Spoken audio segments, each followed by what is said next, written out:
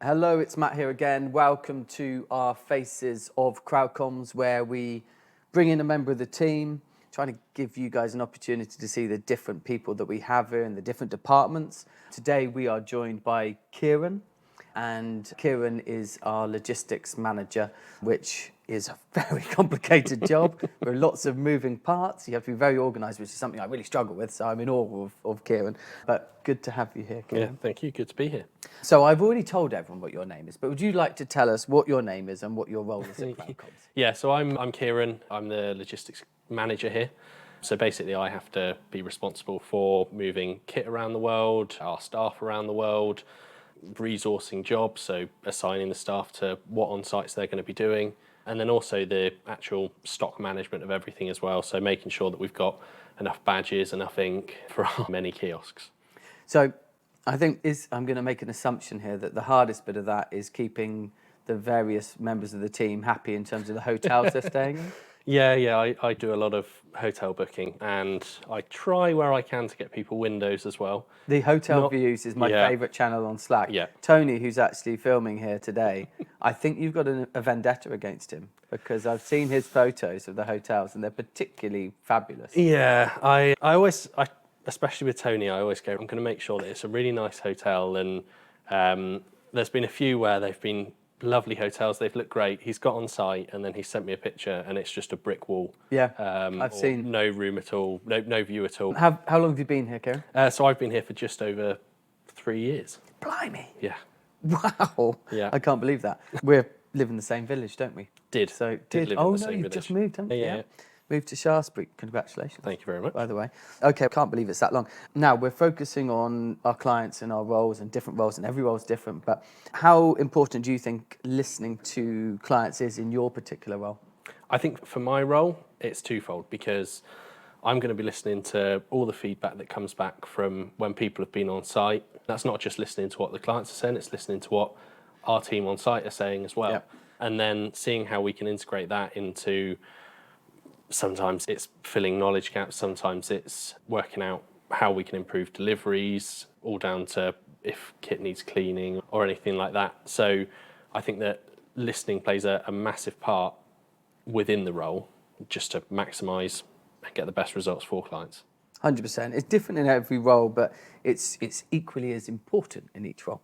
Okay, so can you share some memorable experiences from an event that you've worked on at CrowdComms? Now, being logistics manager, you might think that Kieran isn't out and about on jobs, but tell us a bit about it. Yeah, the busier we've got since pandemic, and as we've started to go back on site, actually I've started going on site less. There was a time when we didn't have quite so many kiosks and I was packing the kit and then following it to each job, and that was pretty full on. But now I'm not on site quite as much. One that I do always make sure that I go to though is AntiCom. Yes, good.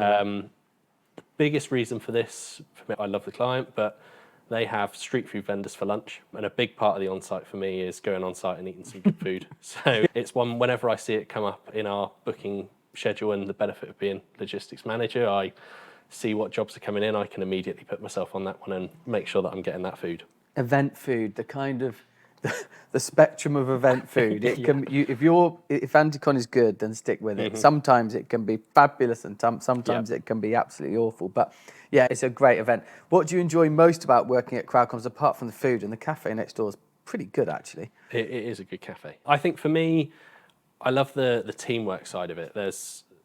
I think with logistics, what's nice about my role is that I'm involved in the quoting part. I'm getting quotes for the sales team, so I'm really at that start of that journey as well, all the way through the actual build of everything. I'm then testing the kiosks before they're going out on site, and then sometimes going out on site and actually getting to see it all through the end. And the teamwork through, from the sales guys through to the developers who are building everything, to the guys who are actually then supporting our clients and going out on site, I just love that side of it. Yeah, it's a good. You do touch every element of the process, don't you? I'm very lucky, I'd say, to be able to experience it.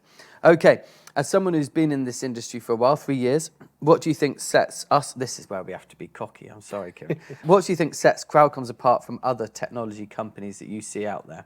I think for that, I'm going to go back to my experience of being on site. It might be a job where we've just been there for doing like reg and kiosks, and there's another company which unfortunately, not Heaven us, forbid. are providing the app. Quite often I've been there and they've not provided any app support. And we'll be there, we'll be managing reg, we'll be managing the kiosks, but I'm still going to then muck in and I'll start adding people into their platform after they've registered, or actually providing a full service as well. And I think that really sets us apart, because I don't know that other technology or event companies are going to go, right, okay, can we sit down and help you with your kiosks, because we don't need it. Yeah. The thing is that I've always said that we are an extension of your team when we're on site. And if we're not managing a piece of technology and we're sat there, we'll do anything that's required on that day to support you in achieving whatever that success outcome is. And yeah, okay, that's a good one. Well done. How do you stay on top of the latest event tech trends and advancements? I think for me, if we just look more at the logistics side of it, there's a lot of places that we wouldn't have shipped to before. And that first time that we ship to it, it's a massive learning curve for me. We've got some great partners that we use shipping our kit around the world. And once they've gone through it, once we've shipped there and successfully got there, then that's it. I know that I can do that. Yeah. And You've never had to be shown something twice. No. I can say that with absolute certainty. Once you've been shown something, you know it, don't you? Yeah. Saudi was a recent one. Yeah. I think my sister was on that one, wasn't she? Yeah, it was a nerve-wracking one, but Yeah. it's one that we got the kit there. It's because, see, I know watching you, I try and keep this succinct, but before you care so much about it that you do not leave any stone unturned. You are going to make sure that happens. And that I so much admiration for that. On a Saturday morning, even when we were having a pint, we were up there with your parents a few weeks ago, up at the local pub, and first thing you said to me, it was, I've been on this morning and it's there, it's got there, it's there, and then we've got tomorrow, we've got to get it to here. And so I just can tell how passionate you are about learning your trade and passionate about the outcome of getting that stuff there and it being successful. Yeah, learning is always important, obviously. What else do you do? I think that if you look at events as a whole, I think the best point of information for me, and I learned so much, is from the event advice on YouTube. Oh, that's a good bit of brown nosing there, Kieran.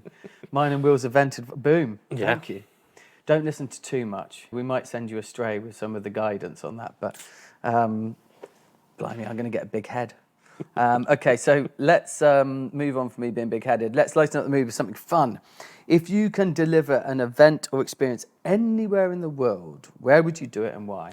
I think, harking back to my point earlier, my favourite part about an event is the food that I'm getting. So can you go anywhere better for food than Italy? So I think you've got to plan an event there. I do love food in Italy. And you are actually getting married in Italy next June? Next June. Yeah, again, pick whereabouts? for the food. So we're going to Sorrento.